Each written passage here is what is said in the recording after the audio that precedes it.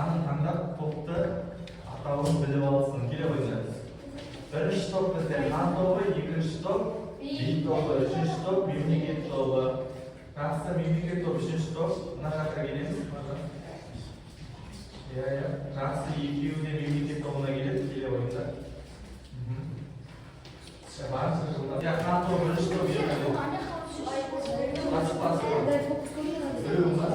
Мемлекет тобы. Мына топқа жайғасқан оқушылар қалай отырамыз? Мына тәртіп бойынша отырамыз. Қане, жылдам.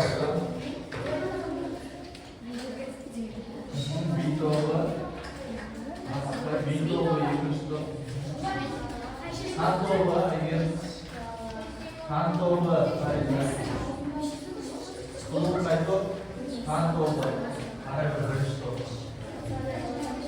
Ана ішінде қалды. Би тобы, екінші топ. Қане, жылдам. Қан тобы сұрақталып бар. Енді тыныш, шуламаймыз. Мен қалай айттым, тәртіп бойынша отырамыз. Енді ережеге сәйкес екінші топ би тобы өте жақсы отыр. Ал мына топтар жылдам. Қане, адамды көп айтқыза бермей орнымызға отырамыз. Араласып отырамыз. Сіз бала болып. Жылдам.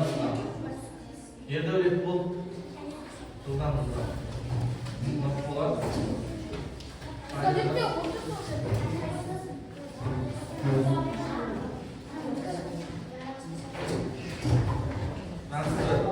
Ол оқушылар солай ма?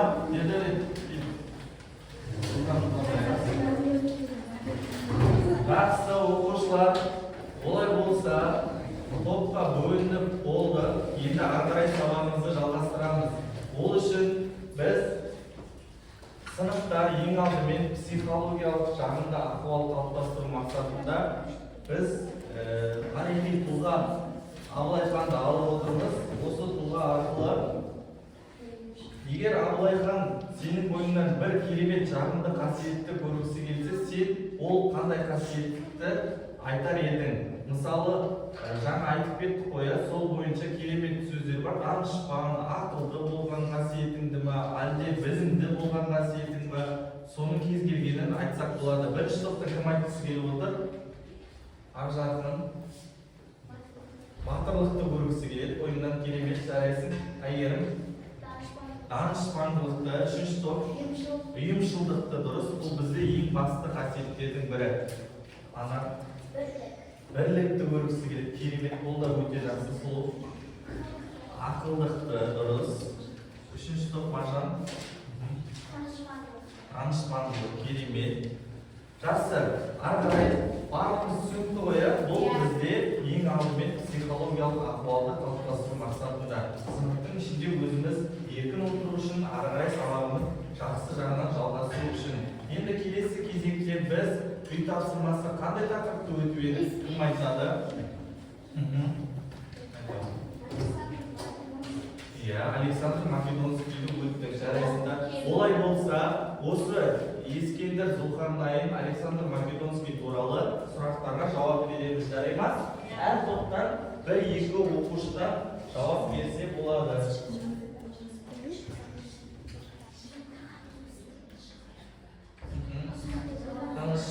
Қазір сұрақ қойылады, сол сұрақтың жауабын жауап береміз.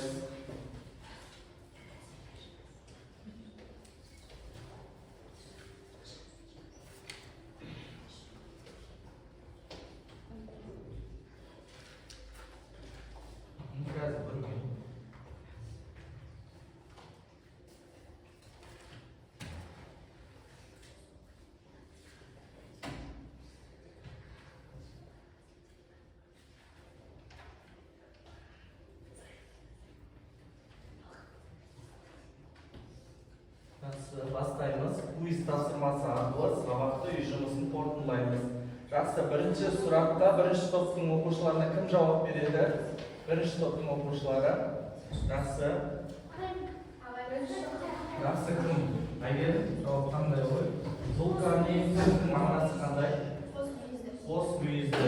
Жақсы. Қос мүйізді дейді. Дұрыс жауап берген қой. Дұрыс жарайсың. Келесі бізде екінші топта қандай дұрыс? Кім қандайды? Барлығымыз жақсы шұғылар қандай ғой? Жауабы жалған солай ма? Александр Македонский сақтарды өзіне бағындырды деген сөз бұл жалған солай ма? Жақсы, белгілеп көрейік. Жақсы, дұрыс жауап. Екінші топта да бір ұпай бар. Үшінші топтан Ақбөбек. Жалған деп ойлайсың. Александр Македонский Дариймен одақтас болды деген сөз бұл жалған солай ма? Александр Македонский грек македондықтардың басшысы, ал Дарий деген кімдерді бізде? Парсы патшасы. Жарайсыңдар, бұл да дұрыс жауап. Келесі сұраққа бірінші топ кім жауап береді? Ердәулет. Жарайсың. Свитамен. Бұл Александр Македонскийге қарсы партизан соғысын жүргізген соғылық бұл Свитамен. Жақсы, белгілеп көрейік. Өте дұрыс жауап берді негізі. Ердәулет сізде. Жарайсың, Ердәулет. Енді келесі бізде екінші топтан кім жауап береді? Екінші топ. Дулат, қайсыңыз? Тамажай. Жауап береміз ба? Жауап бере ғой. Ақиқат. Яғни бұл бізде Азиядағы македондықтардың тірек пункті ретінде ойластырылды дейді. Бұл ақиқат болып тұр солай ма? Жақсы. Белгілеп көреміз қазір. Өте дұрыс жауап. Жарайсыңдар оқушылар. Біз үй тапсырмасын өте белсенді жауап бердік. Барлығымызда керемет. Александр Македонский ескерді Зұлқарнайым туралы жақсы оқып келген екенбіз. Жарайсыңдар.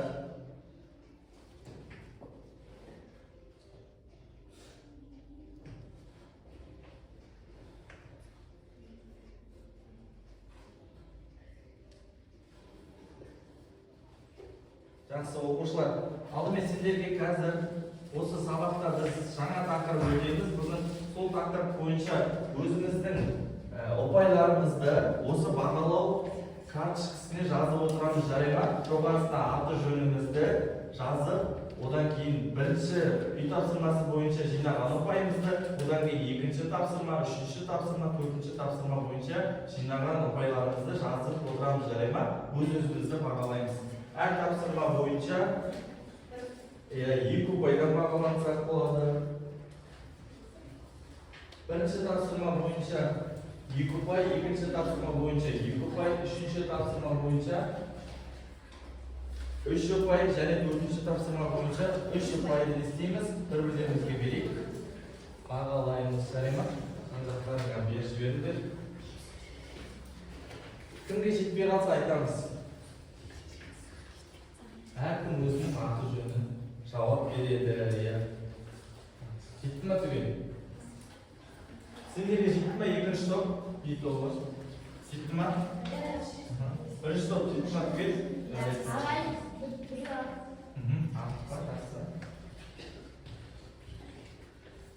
Жақсы оқушылар, енді бүгінгі сабақтың тақырыбын біз миға шабуыл әдісі арқылы қазір бейнероликті қараймыз, сол бойынша тақырыптың қандай екенін таныстырамыз. Жарай ма?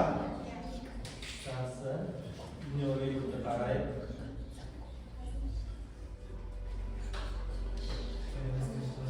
Картада көріп отырғанымыздай, үйсіндер Шығыс Түркістан мен Жетісудың ежелгі тұрғындары. Қытай деректерінде үйсіндер Уусун деп аталады. Үйсін бірлестігі біздің заманымыздан бұрынғы 2-ші ғасырда қалыптасты. Шоқан Уәлиханов өз жазбаларында үйсін бүкіл ұлы жүз тайпаларының түп атасы деген. Үйсіндер жайлы негізгі деректерді Қытай тарихшысы Сыматиян қалдырған. Ал Бичурин үйсіннің үлкен гүлмосы Чигу қаласында орналасқан. Халқы 120 мың үй, 630 мың жан. Әскері 188.600 адам болғанын айтады. Мемлекет сол қанат, орталық және оң қанат болып 3 жүйеге бөлінген. Ел билеушісін Гуньмо деп атаған. Баланың күтушісі Бөже Оңға. Біздің елімізді жау шауып, қырғынға ұшыратты. Адамдарды өлтіріп малды айдап әкетті. Ел жау бота қанымау, жылама, қазір саған беретін тамақ іздеп келейін. Жылама бота, шыдай тұр. Бөже Оңға, О, құдірет, ел жауды қалайда аман алып қалуым керек. Бұл бала үйсін басын қайта бұрайтын, маңдайына біткен бағы болайын деп тұр екен. Көкбөр, бұл баланы аман сақтап қал. Ұғымдардың билеушісіне апарып тапсыр. Байқа, баланы аман есен жеткізетін бол. Саған бұл баланы аманат етем. Аңызда айтылғандай, осы бала елжау, көрші тайпаларды талқандап, үйсін мемлекетін құрады. Баланы аман сақтап қалған көк бөрілі үйсінде күні бүгінге дейін қатер тұтады. Жақсы, оқушылар, енді бұл бейнероликте не туралы айтылған екен? Иә, демек бүгінгі сабағымыздың тақырыбы үйсіндер туралы жазба деректер. Бүгінгі күннің жағын жазып, тақырыпты жазып алайық. Дәптерлерімізді ашайық. Дәптерлерімізді ашып жазып аламыз. Үйсіндер туралы жазба деректер. Қазір үйсіндер туралы сендерге айтып түсіндіріп беремін. Содан кейін ары қарай сабағымызды жалғастырамыз, тапсырмалар орындаймыз. Бүгінгі сабақта барлықтарыңа белсенді болуға шақырамын. Өзіңізді жақсы жағынан көрсетіп, қандай үлгілі алғыр оқушы екендігіңізді дәлелдеуге тырысайық. Жарай ма? Барлықтарыңа сәттілік. Үйсіндер туралы жазба деректер. Біз бүгінгі тапсырма бойынша біздің зерттеу сұрағымыз Қытай авторлары үйсіндердің өмірін қалай сипаттады? Бұл біздің зерттеу сұрағымыз. Жазып алдық па тақырыпты? Енді оқу мақсаты ежелгі мемлекеттік бірлестіктердің құрылымын түсіндіру. Ежелгі мемлекеттік бірлестіктер дегеніміз ежелгі мемлекеттердің пайда болуы туралы білеміз, солай ма? Ең бірінші біз алдында тақырыптарда өттік қой, сақтардың пайда болуы, солай ма? Одан кейін сақтар, савроматтар, эстелондар, бұлардың барлығы жаңағы тайпалық бірлестіктер болатын. Енді біз осындай мемлекеттердің пайда болуын өтеміз. Ең бірінші осы үйсін мемлекеті. Біздің заманымыздан бұрынғы 2-ші ғасырда қалыптасқан мемлекет болатын. Қазақ халқының негізін көрсететін мемлекеттердің бірі осы үйсін мемлекеті болып есептеледі. Екінші, әлеуметтік топтардың ерекшелігін түсіндіру. Сабақтың мақсаты үйсін мемлекеттік бірлестігінің қалай құрылғандығын түсінеді, үйсін қоғамын сипаттайды. Үйсін қоғамында кімдер болды, солар туралы анықтаймыз, солай ма? Үйсіндердің басшысы кім болды, одан кейін басшыдан кейін мемлекеттің басқарған адамдар кімдер болды, олар рубасылар, бектер және ауқатты адамдар болды, солай ма? Одан кейін кәдімгі қарапайым шаруалар болды. Енді біз үйсін деген мемлекетті қалай көреміз? Бұл қазақ халқының негізін қалыптастыруға негіз болған тайпалардың бірі ретінде қарастырамыз. Біз жаңа аңыз әңгімені көріп қалдық қой, бейнероликте осы үйсін мемлекетінің пайда болуына тікелей жаңағы кішкентай Елжау есімді нәрестенің, солай ма? Кішкентай кезінен өзі жетім қалған және оны көкбөрі асырап, соған тамақ беріп, өсіріп, бұл ертеңгі күні болашақта үйсін мемлекетінің негізін қалаушы батыр адам болады деп есептеген екен. Соның арқасында үйсін мемлекеті құрылады, солай ма? Қазіргі таңда үйсін мемлекеті сол кездегі астанасы Чигучин қаласы ретінде білеміз, солай ма? Қызылаңғар, қазақша атауы Қызылаңғар. Үйсіндердің халқы саны 630 мың болған, оның әскерінің саны 188 мың деп айтылды, солай ма?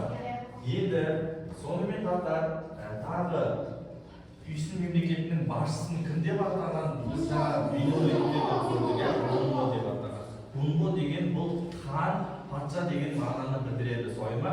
Одан кейін үйсіндердің ханнан кейін ауқатты адамдар, ақсүйектер, бұлар сол ханнан кейінгі мемлекетті басқаруға атсалысқан адамдар екен.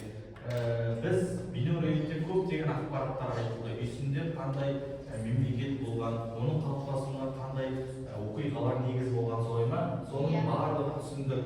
Дұрыс па? Бексұлтан, алдымызға қараймыз. Енді келесі кезекте осы үйсіндер туралы тапсырмаларды орындаймыз, жарай ма? Бізде бірнеше тапсырма бар. Біз не істедік? 3 топқа бөлдік, солай ма? Енді 3 топтың 3 тапсырмасы бар. Енді ең бірінші топтың тапсырмасы бізде топтық жұмыс. Бірінші топ мәтінмен танысып, үйсіндердің өмірі мен тұрмысы, ән тарихы туралы сипаттаңыздар дейді, солай ма? Бірінші топқа міне мәтін және үйсіндердің қатысты сұрақтар берген. Осы қағазға постерге қорғап шығамыз, жарай ма? Топпен ақылдасып осы жерде бірге орындаймыз. Ал енді екінші топтың сұрағын көріп қояр, мәтінмен танысып, үйсін тайпалары туралы деректерді сипаттаңыздар дейді. Бұл бізде қай топ? Би тобы. Би тобы. Жақсы, орындаймыз. Үшінші топ қандай тапсырма берген? Мәтінмен танысып, үйсін қоғамын сипаттаңыздар деген, солай ма? Және сіздерге де сұрақтар жазылған. Осы сұрақтарға жауап береміз. Барлығымыз бірлесе отырып жұмыс жасаймыз.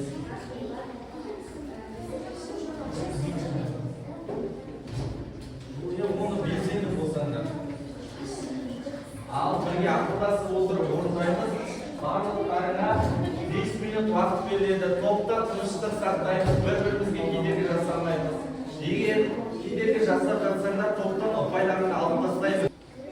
Бірінші топтың тапсырмасы тақтада тұр, тақтадан қарасаңыздар болады. Бірінші топ бізде қай топ? Қан тобы. Қан тобы. Бірге ақылдасып жан-жаққа жүре беруге болмайды оқушылар. Бірге сол жерде тұрған жерімізде ақылдасамыз. Топтық жұмыстың ережесін сақтаймыз, шуламаймыз. Тыныш орындаймыз. Тыныш орындаймыз, шуламаймыз.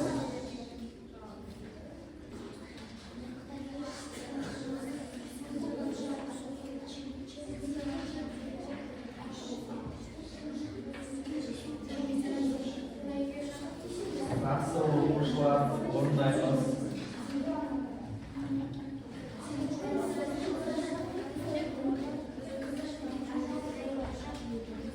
Бірінші топ, олай көп жүре бермейміз. Топтың ережесі. Жан-жағымызға алаңдамаймыз, топта тыныштық сақтаймыз.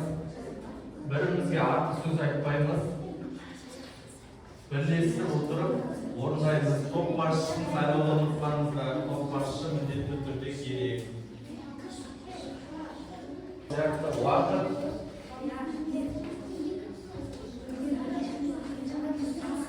Бізде уақыт. 1 минут уақыт қалды. Оқушылар, топтар. Естіп жатырмыз ба? 1 минут уақыт қалды. Тез болуға тырысамыз.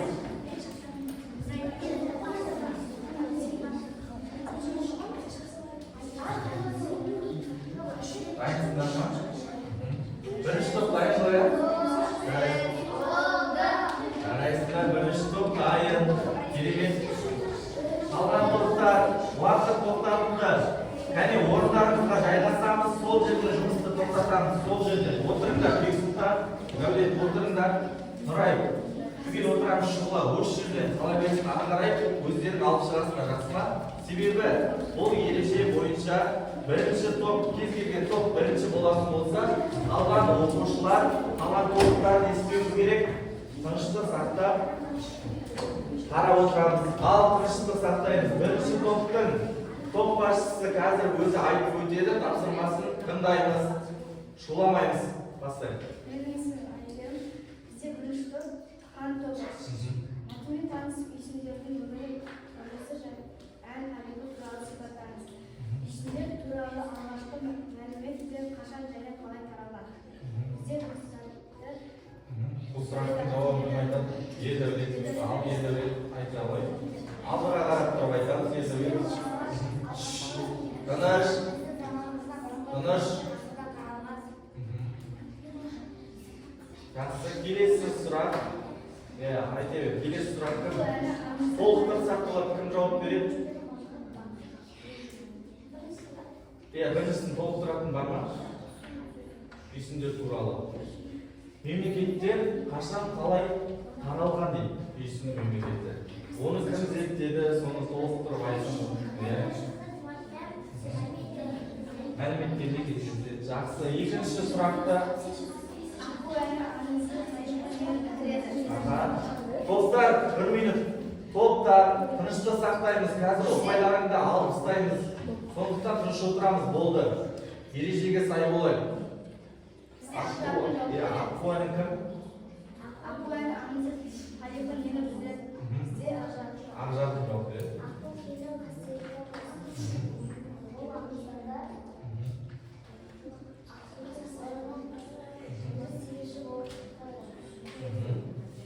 Аққу деген сөз жалпы киелі құс ретінде белгілі сойма. Ол махаббаттың, жаңа жақсы көрудің бір символы ретінде қарастырсақ та болады сойма. Аққу әлі. Алда содан келіп шыққан екен. Келесі. Türden misillerinin öneri tümüsü turалы қандай мәлімет берді? Кемінде етіп дәлелдеді. Кім жауап береді? Қарайсыздар. İsimler көшпелі Қатысты. Қарай.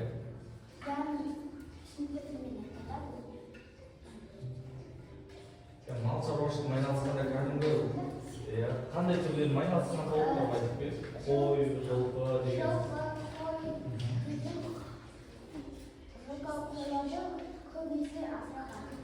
Көбінесе баққан одағы басты мақсат шаруаға көлік ретінде пайдалану ба, өз көмегін тигізген солай. Жақсы. Енді бірінші топ өздерінің тапсырмасын өте жақсы орындады. Басқа сұрақ қалған жоқ па, иә? Жарайсыңдар, бірінші топты өте жақсы деп бағалаймыз. Жараса ойында. Рахмет сіздерге. Екінші топ келе ойыңыздар.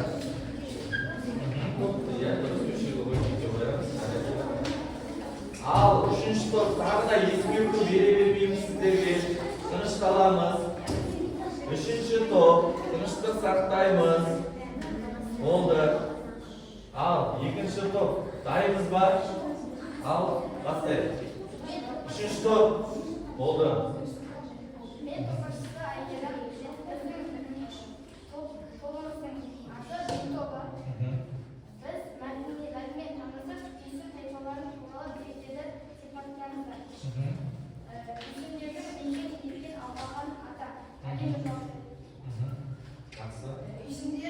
İşinler elimizin жағалауында жетісу аймақтарында өмір сүрген және де оны үйсіндер чипичен деп атап кеткен, бірақ уақыт өте қазақтар қызылаңғар деп атаған. Чипучин деген атау кейіннен қызылаңғар деп атаған. Жақсы, келесің. Үйсіндер туралы келер қалдырған Қытай тарихшысы мен еңбегін атап Шұғыла жауап бере ғой.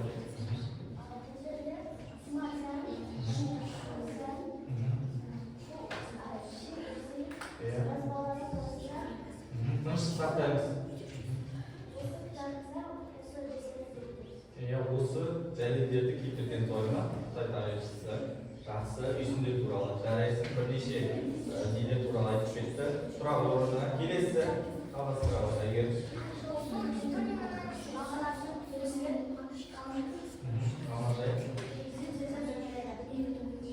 Ұлсын этнонимның мағынасы қандай сөз білдіреді? Үйсін мағынасын білдіреді. Үйсін деген сөз, ұлсын деген сөзден келіп шыққан екен. Жақсы. Келесі.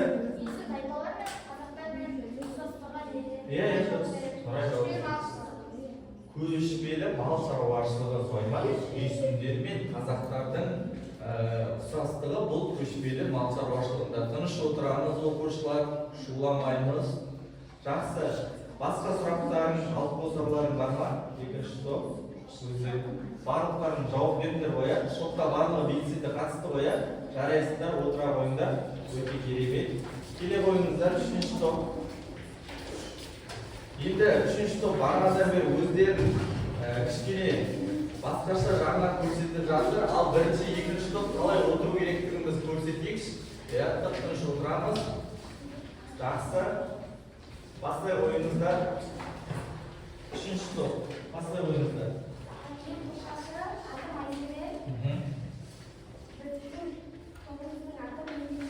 Дұрыс.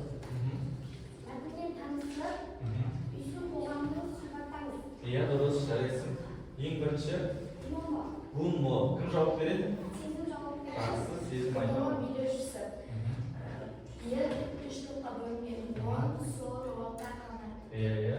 Оң қанат, орта қанат және сол қанат деп. Иә, дұрыс жарайсыз. Келесі. Сіздер трубасылар ауқатты адамдар. Кім жауап береді? Сұраққа Маржан жауап береді. Маржан жауап береді. Егер ел шаруашылығы бойынша алшақты адамдар өмір сүреді. Ел билеу істеріне араласқан сойма бектер, рубасылар, ауқатты адамдар. Бұлар жаңағы патшадан кейінгі хан әулетінің ұрпақтары ретінде қарастырамыз сойма. Жарайсыңдар. Келесі. Қарапайым Бұхара. оған Ақылбек жауап береді. Исмилерді Мына жерде суретті көрсетіп тұр, жақсы. Айта береді. Кімдер бұлар? Қарапайым Бұхара. Иә, батырларды айтсақ болады, сосын кәдімгі қарапайым шаруалар, адамдар сойма, еңбек еткен, жұмыскерлер сойма. Жақсы. Иә, іс-әрекеттері, соның барлығы осы үшінші неге сәйкес келеді. Жақсы. Жалпы үйсін қоғамның ерекшелігі туралы тағы не айтамыз? Бар ма? Айзере, топта айтатындар бар ма? Барлығы жауап берді ма? Сұрақ аяқталды ғой, иә? Жақсы, отыра қойыңыздар, түгел, үшінші топ жайғаса қойыңыздар. Жарайсыңдар оқушылар. Сол бірінші топтық жұмыс бойынша мен бірнеше оқушыларды бағалап жеттім. Өте жақсы қатысып белсенді болған оқушылар.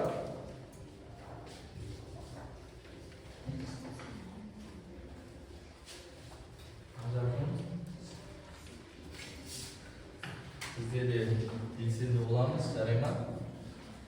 Шұғыла. Әлемнұр. Әр тапсырма бойынша беріп отырған жақсына бұл бағалауды.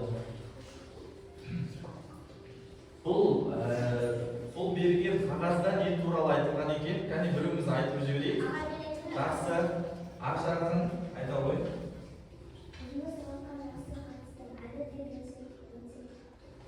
Белсенді бол, жарай ма? Жарайсың. Сондай өзімнің ізгі тілегімді білдірдім сендерге, жақсы ма? Ары қарай осындай сабақты белсенді болуға жалғастырайық. Келесі тапсырма оқушылар бізде жұрттық жұмыс.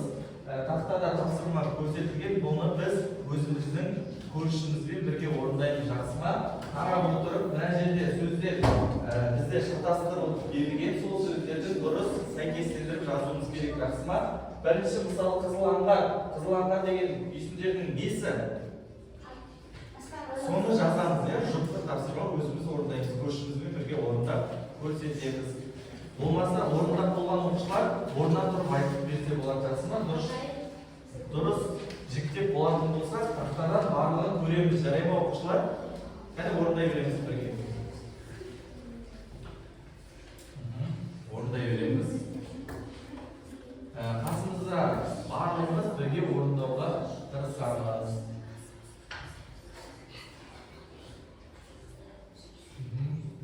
Біріншісі қызылаңғар деген сөз көрініс тұр бізде.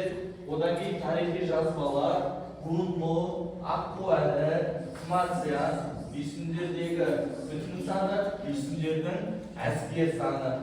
Үйсін билеушісі 120.188 мың, астанасы деген сөздер. Осыларды не істеуіміз керек? Дұрыс сәйкестендіріп жазуымыз керек. Ал оған бізде 2 минут уақыт береді, жылдам орындаймыз.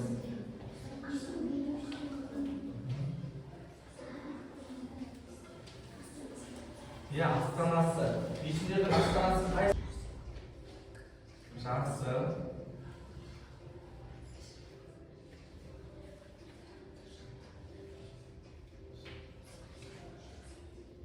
Жақсы, болған оқушылар жұптар болатын болса, көршімізбен бірге айтып берсек болады. Қазір соның дұрыс сәйкестендіріп көретін боламыз.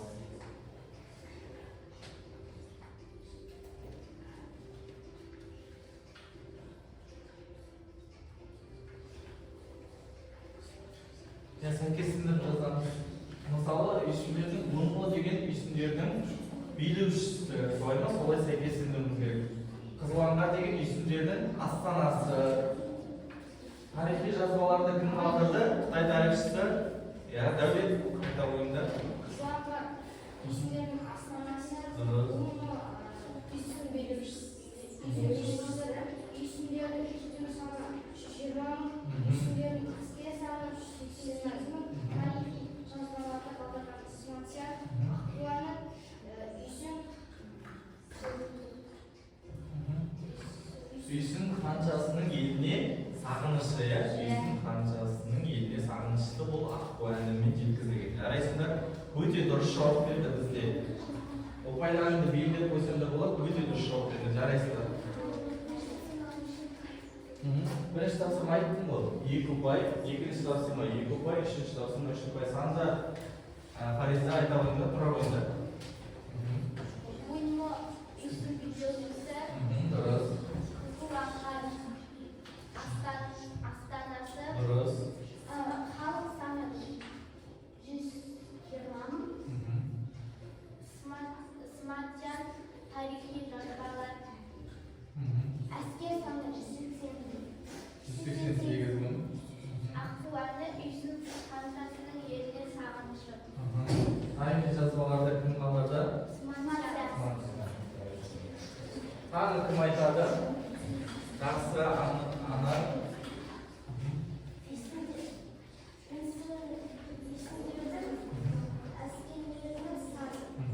Қанша? 188 мың. Иә, дұрыс. Сосын. Қызмаға Иә, үйсіндердің астанасы, дұрыс. үйсіндердің Иә, түтін саны. саны Неше? 100. 120. Иә, 120 мың. Сосын үйсін билеушісі кім? Бун, дұрыс. Сосын тарихи жазбалар кім жазды? Иә, Сматия. Аққуаны егіліп сағынышы, дұрыс. Жарайсың. Жарайсың. Келсекші боламыз. Тағы барма. Қазір. Қызыл аңғар астанасы. Иә, Тарихи жазбалар ол Сматия. Аққуаны үйсін ханшайымның еліне сағынышы. Бұны үйсін билеушісі, үйсіндердегі әскер саны 188 мың, үйсіндердегі түпкі саны 120 мың. дұрыс. Жарайсың. Тағы бар ма? Айзере, айта қойыңдар. Бұны үйсін билеушісі, қызыл аңғар үйсін астанасы, Сматиян тарихи жазбалар. Тарихи жазбаларды қалдырған адам, иә? Жақсы, отыра қойыңдар. Оқушылар, бәріміз орындаған екенбіз. Қалғанын мен қазір өзім тексеріп, дәптерлерді әкелсеңдер, ары қарай келесі тапсырманы жалғастырайық, жақсы ма? Бізде соңғы тапсырма қалды. Бұл бізде сабақты бекіту мақсатында жеке жұмыс, әркім өзі орындайды, сөйлемді толықтырып. Қытай авторлары үйсіндерді не деп сипаттады? Ары қарай көп нүктенің орнына не істейміз? Өзіміз сөйлемді толықтырып жазамыз, жарай ма? Әркім өзі жеке орындайды, жеке жұмыс оқушылар. Сабақты бекіту тапсырмасы бойынша жеке жұмыс орындаймыз. Белсенді боламыз. Белсенді оқушыларға мен әрине өзімнің қағазымды үлестіріп отырамын. Ал тапсырма Ердәулет, айта бересің ба, дайынсың ба? Екінші емес, мына соңғы тапсырманы орындаймыз. Екінші тапсырманы кейін өзім қараймын, жақсы ма? Қазір дәптерді әкеліп берейін. Уақытымыз 2 минут уақыт береді, бұл тапсырма бойынша, содан кейін қорытынды кері байланыс жасаймыз. Содан кейін үй тапсырмасын аламыз. Ал жылдамдатайық. Өзіміздің сөзімізбен жазсақ болады. Қытай авторлары үйсіндерді не деп сипаттады? Ал дайын оқушылар жауап берсе болады. Әрине бұл біз бағанағы бейне жазбадан да көрдік, өзім айтып кеттім. Сол бойынша өзіміздің ойымызды жинақтап, қорытынды сөзімізбен жазып қалдыруымыз керек. Ал Қамажай айта ғой. Авторлары үйсіндерді өте бай, батыр, ер деп сипаттады. Мықты деп сипаттады дейді. Жарайсың. Алинур айтамын. Қытай авторлары ішіндегі көшпелі мал шаруашылығымен айналысады, ұйымдасқан тайпа деп сипаттады. Дұрыс. Жақсы. Өте дұрыс жауап беріп жатыр бізде. Екінші топ. Жарайсың.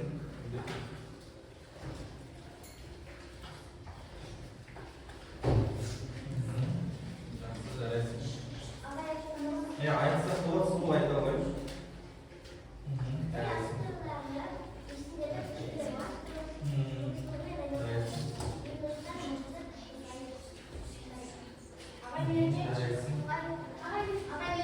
Жақсы, Фариза, айтамыз.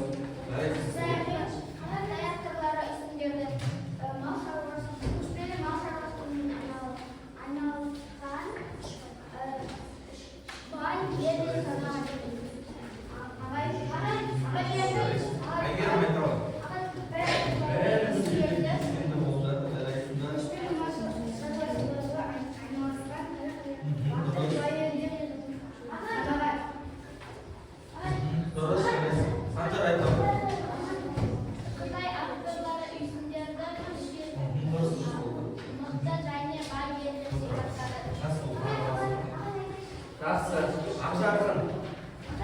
Қазір осы еңбек сұлтан,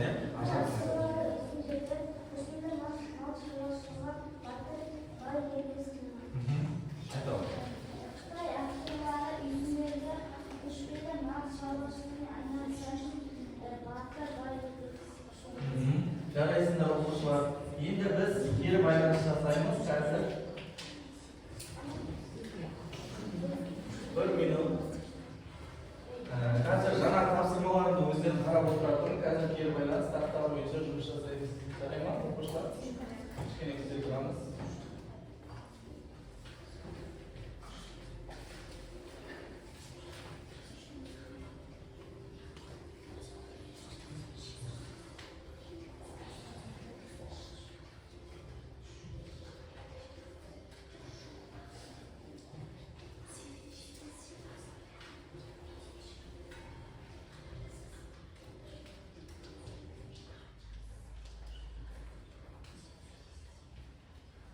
Жақсы, қазір кері байланыс жасаймыз осы сабақ бойынша. Осы жасанды интеллект платформасы арқылы кері байланысты өзіңіз айтып шыға алыңыз.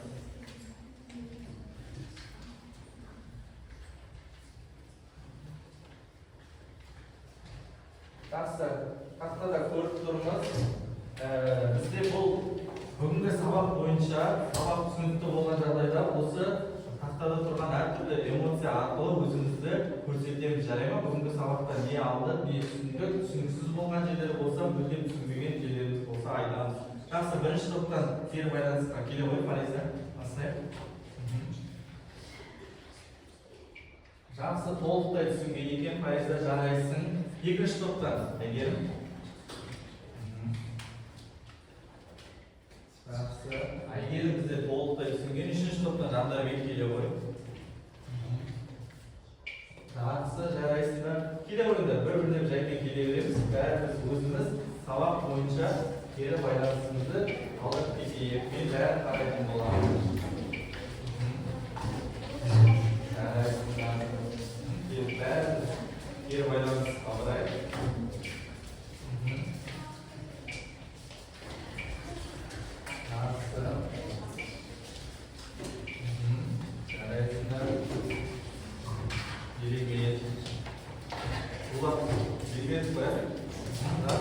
Оқушылар, бүгінгі үйсіндер туралы жазба деректер тақырыбы бойынша барлығымыз толықтай түсінген екенбіз. Жарайсыңдар, өте керемет. Енді оқушылар, барлықтарыңды өте жоғары бағамен бағалаймын. Алдымыздағы бағалау парағын маған әкеліп